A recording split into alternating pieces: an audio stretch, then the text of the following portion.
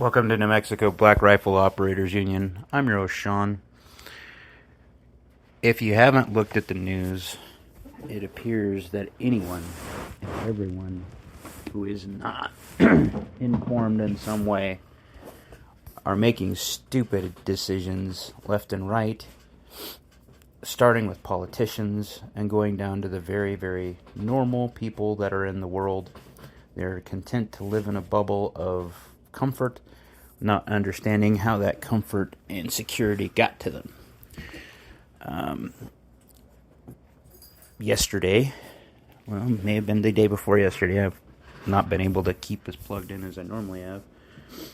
The Russians declared the end of the START II treaty, or the last nuclear treaty that bound the United States and Russia to having some sort of controls over nuclear weapons. Now, I don't think either one of them stayed to it, to be honest, even though it was signed back in the 80s and 90s, I believe. But not just that. You look at the riots that are going on, that went on in Austin. You look at the push from politicians, especially this session in the Roundhouse, against firearms in the 2A. You look at the CRT crap going down in schools. You look at the cult on the right and the left that won't accept knowledge. There's two problems that are intertwined with the same set of problems that are causing problems for everyone else. Now, that was a clumsy sentence, but let me get where I'm going. There are two things associated with that, in my opinion. Low information voters or low information people and mental illness are leading to the largest problems we have in the United States. The first and foremost, since this is a gun podcast that specializes in news associated with the 2A and news and culture in general, with the push for so many bans for modern sporting rifles, the push for trying to curtail anything with prohibition, which never seems to work in American history. If you look at the drug war, you'll see the parallels of that I'm talking about. We've spent billions on the drug war, and we've gotten nothing from it. We've gotten more people in prison. We've gotten more people in some sort of trouble with the law. We have not solved the problem, because if you look at fentanyl, you look at hard drugs coming across the southern border, and you look at the tie between the death rate and what's happened because of prohibition, the juice isn't worth the squeezing. The same type of people that believe in prohibition is going to solve stuff, or that laws are going to solve 100% of the problem, are blinded, and they think that there ought to be a law for something like this. They think that they're trying to regulate the human condition by fiat, and that doesn't work. What you find is what we're seeing now. When I say it's tied to the two issues of, low information voters, look at the 2A. You have idiots right now that are uninformed, that are trying to make decisions on rights that have been ingrained in the Constitution of New Mexico and the United States for 240 some odd years.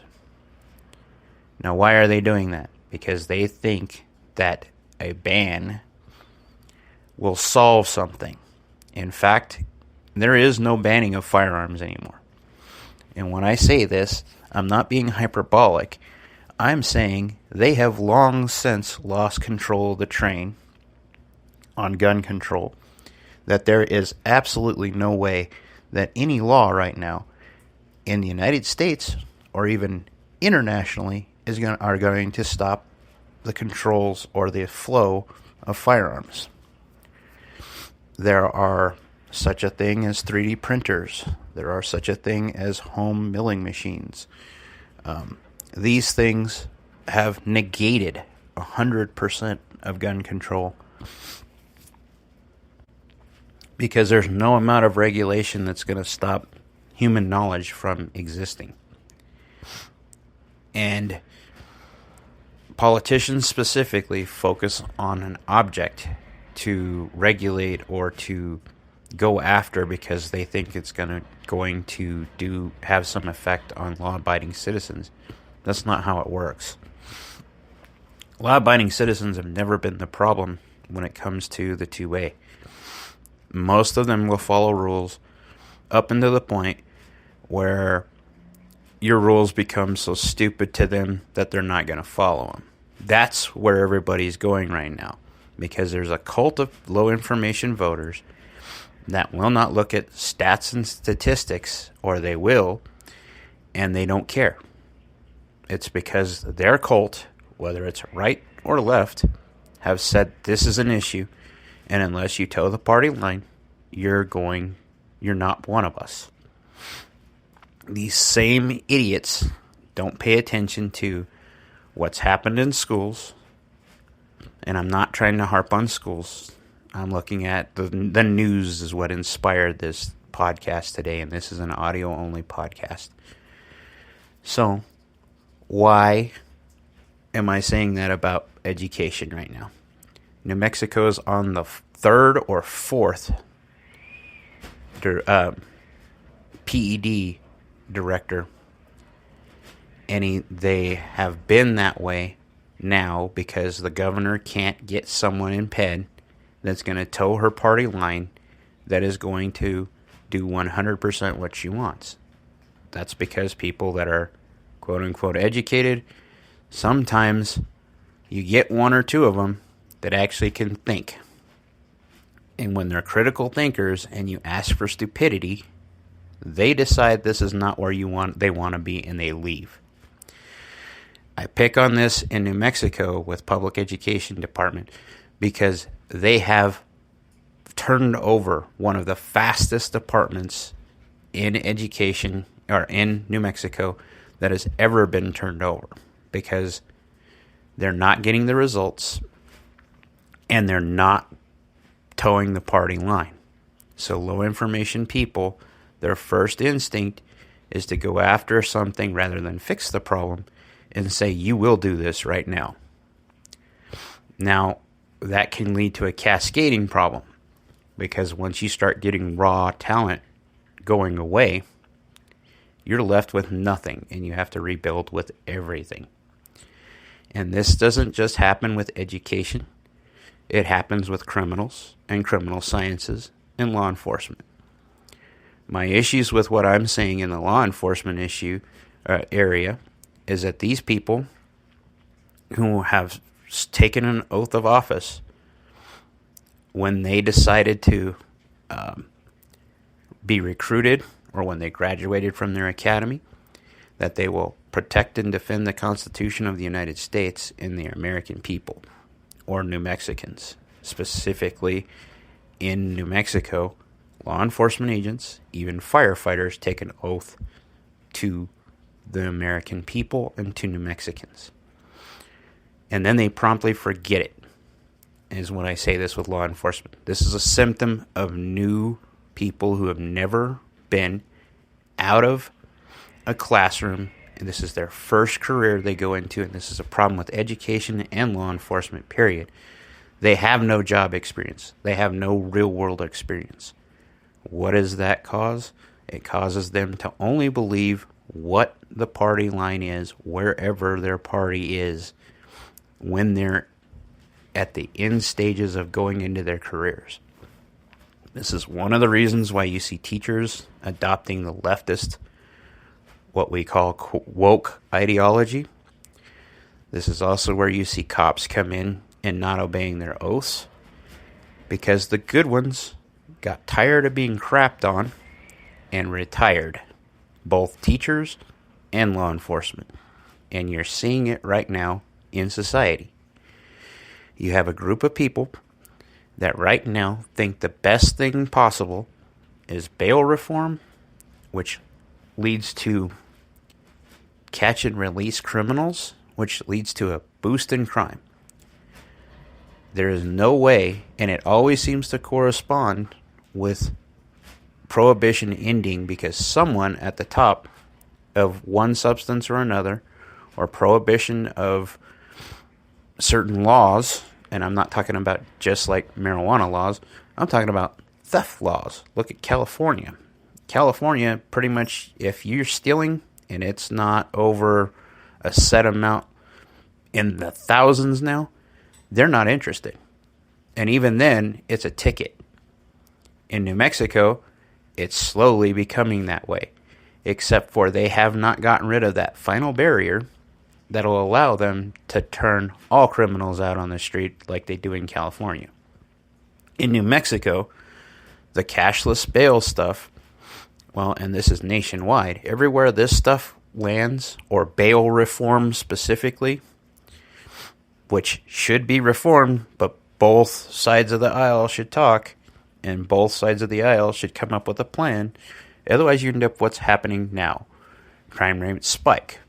At the same time that the idiots that are in power see crime rates spike, their first response is always, how can I restrict the American people or New Mexicans more so that that crime rate goes down? They're not going to look at the real reasons of why crime is high. When you start looking at the real issues of what's going on, and then you look at the opposition's response to that. The opposition's response usually is, settle down, slow down, slow down. We'll come to that conclusion, or come to your aid and get this bill passed. As long as you vote for my pork-filled bill, we'll come to that conclusion, and we'll settle on this.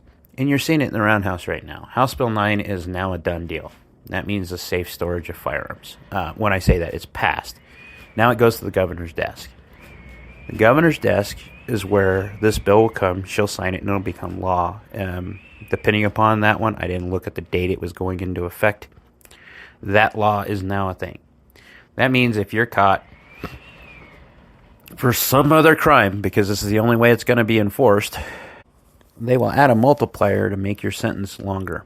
And because you're a legal person, and someone who's not in the system probably, they're going to throw the book at you versus someone who has done this 100 different times. And then they're also going to add that multiplier of finding your firearm when they pull you over and saying it's not safely stored. That's problem one. This is in effect to go after gun violence in schools, or gun violence in general. They're focusing a lot of attention on younger kids or younger adults, and that's because of that cult mentality, I honestly think. But they're not adjusting for everyone in that space, because like every generation, there are outliers. Generation Z was raised by my generation, Generation X. And Generation X has told them that there is no free lunch. We've instilled our values, some of us have, on our kids, and it's stuck. You have two groups there. Ones that will never, ever switch parties, switch the party line. They are cultist. And then you have a few sprinkled among them that are critical thinkers. You have a public education system that's trying to encourage critical thinking at the same time as brainwash them for other things. You know, I used to think that public education was a net good. I used to think we could reform it because having worked inside, I see a lot of good still there, especially from the district I was in. There's one problem with that, though. They've been infiltrated, and I don't even mean by the new guys. I mean, the new leadership at the top, I have my issues. Those are personal with one of them. The other one is amazing. The main dude is amazing. That dude has a plan that can affect the former district I worked for, I think how he picked some of his people to execute that plan is probably piss poor, but again, those are personal issues. But I've seen the good in education, so I was hopeful. It wasn't until something that, I've talked about my experience. It wasn't until I started seeing consistently the same types of investigations hitting my desk. Because of stuff that's happened in the past, they were always focused on, were teachers being inappropriate? Well, I don't have a problem with that. People that are teachers that were never known for any of this type of stuff, teachers that were put on a block for interacting with kids in a way that seemed inappropriate, but turned out it wasn't by any measure of the means, were ways that they were trying to show kids, this is how you become an adult. Okay? You can attract a kid a lot of times with honey a whole lot more than you can with a strong blow upside the head. Now there's a problem with that too. This is where groomers come in and learned that educators have that ability and access that they can make an impact on a kid's life, and then they can control it directly to the direction that they want to go in. And it isn't just educators that do this. It is politicians. It is the media. If you are not paying attention, you will see that the media parrots bullcrap. And if you don't think so, look really hard at the coverage of what happened in East Lebanon, Ohio. They came out and said that the water was 100% good to go. Drink it. Okay, the EPA did. The federal government did. This is an organization, the EPA specifically, that is supposed to be protecting Americans from pollution. Okay? And they were like Ray Charles in the Loop. They didn't see crap. And they were okay. In fact, they're the reasons why a lot of this got worse. Because they stepped in and started a burn that spread this crap even farther. So what makes you think the ATF is on our side? Or the EPA is on our side anymore? These departments have been infiltrated by a cult, whether they're left or right cult. And these are the blue no matter who, red no matter who, and here's why they're a problem. Because they don't look at the information at all. And they're 100% demoralized because they don't care. You can show someone 100% this is not working. This is not effective. This is not going to work. They won't care because their parties or their leaders in their parties, whether it's the media or the politicians themselves, go ahead and say, this is how it's going to be. This is what we want. It seems to be somewhat effective because you see stupid ideology trickling into places that it never belonged before, specifically in education, but you also see it in everywhere else. Mental illness is an issue that I think that we still have not come to terms with in the United States specifically, because most of these issues are intertwined. There has never been a day where I have owned firearms that I decided I wanted to kill a lot of people, ever. I may have thought about taking one person out because they really pissed me off, but I wouldn't do it because of the legal actions that are there, because of my moral obligations to myself. What I mean by that is I had access, and I've talked about this on this podcast before, I had access to black rifles when I was in high school. And I was bullied, the typical high school kid. I had my issues, I had my emotional states that were, I thought the world was against me, and that's part of growing up. And no one is engaged with the kids, parents, or schools, or anything else, but the people they've met online and in video games. And that leads to the problems we're seeing now. I've talked about the 2-year lockdown and the mental stuff we had before that and how it was probably exacerbated now. We had a huge spike in childhood suicide, specifically around girls. And when I say that, that's heartbreaking. Why? Because you totally demoralized kids enough to where they had no way out. And the adults that were running the show seemed to be clowns that went along with the plan. I was one of them. And that's why I'm not anymore. If you look at the homeless problem raging, why isn't this being solved? Well, there are twofold problems here. There are people like me who left a job or got fired from a job and didn't have the savings, didn't have the financial means, and they end up on the street, and then they find a way eventually, hopefully, to get out of that and get back into normal society. I say normal society in air quotes. Then there's a group of people that never wanted any of that or have mental problems that cannot be addressed by simply putting them in a house or simply putting them in a shelter. And we see that spill over yet again into the educational system and yet again to every facet of society, and no one's dealing with this. That same type of person is the same type of person who has mental issues, who wants to go hurt a group of people to get their pound of flesh because that's how they feel they're going to make a name for themselves or carve out their chunk of history.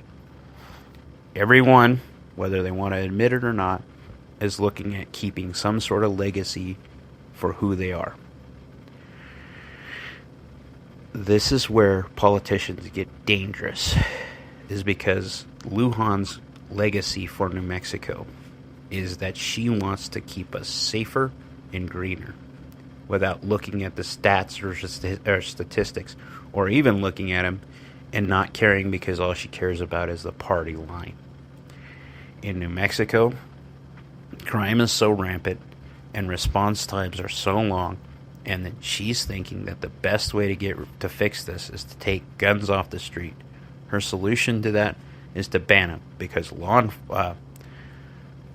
criminals follow laws so well. Next time you get mugged with a gun, remind them that it was illegal to rob you. Remind them it was illegal to have a gun while they did it. See how that works out. But you can show that same mentality or that same problem to a leftist or to someone in the cult, and they'll only see one problem: the gun. And you see it time and time again with shootings. You see it time and time again with criminal activity in general. They see, well, we'll ban it. We'll prohibit it because that fixed it the first time. And it doesn't work that way. And it's low information people that are always the problem because they never look to inform themselves, nor do they care to. And this is why society is the way it is right now. I'm not sure how we fix low information people because they already are locked into their way of thought and there's no way to break them out. My solution, and this is me, this is Freeman, don't ask permission. I'm going to do my best to stay out of the law and out from under their thumb and work inside the lines of the law. However, if a law is truly unjust to myself or to my moral code, I'm just simply going to ignore it, and I'll face the consequences when I get there. Why? Because it doesn't seem to matter what I do as long as I don't do something so heinous that causes law enforcement to look at me. They're looking at all these other idiots right now doing stupid things. I can get away with bloody murder as long as I don't break such a huge law in such a giant way that they have to start looking at me. And this is what is happening everywhere. The government is becoming irrelevant. And that is a huge problem. because now we enter the conversation of national divorce. And you have one group of people saying, hell yeah, let's do that. And you have another group of people saying that's treason. And my problem with this is neither one of them have thought about the whole entire problem. If you say national divorce, I'm all for decentralization. I'm all for people getting more power in the national divorce idea. But let's look at what would happen if California divorced the United States. Those people in California would be put under 100% of California laws with no protections from the federal government. That means people that were just minding their own business, having a firearm for protection, a firearm, even one that was legally obtained in California, which is a huge thing, and they still would break the law because there will be a point in time that California would eventually say, Second Amendment isn't a thing. Now that we're not part of the United States, we don't need that anymore. We're more civilized. We're not more civilized because if we were, we wouldn't be having these conversations, because this problem would already been solved the first time when they said, you can't do that. You're trying to stop people that don't care about the law. You're trying to affect law-abiding citizens that will absolutely follow the law to their own detriment. But you're rapidly getting to a point where even the average citizen is looking at this and saying, why would I obey this? Because all it does is hurt me. It doesn't hurt a criminal. A criminal's going to do whatever the hell they want to do. So then there comes the conversation of why do we have laws? Well, the culture itself demands we have some set of law, some sort of rule. And if we don't have that, what you end up having are idiots trying to do stupid stuff to people trying to just exist, and those people that are just existing have no problems at just eliminating the problem completely, because that is the fastest, quickest way solution out of the problem they've just been put into. And to that end, you would see more violence on the streets, because what you're going to see is more and more people just not caring, because they're already breaking some arbitrary law. Why not just take care of themselves, because it's better to be judged by 12 than carried by 6. These low information people are consistently, incessantly wrong and will not adjust their mentality or their thinking to reflect the realities on the ground. Like, share, subscribe, be great.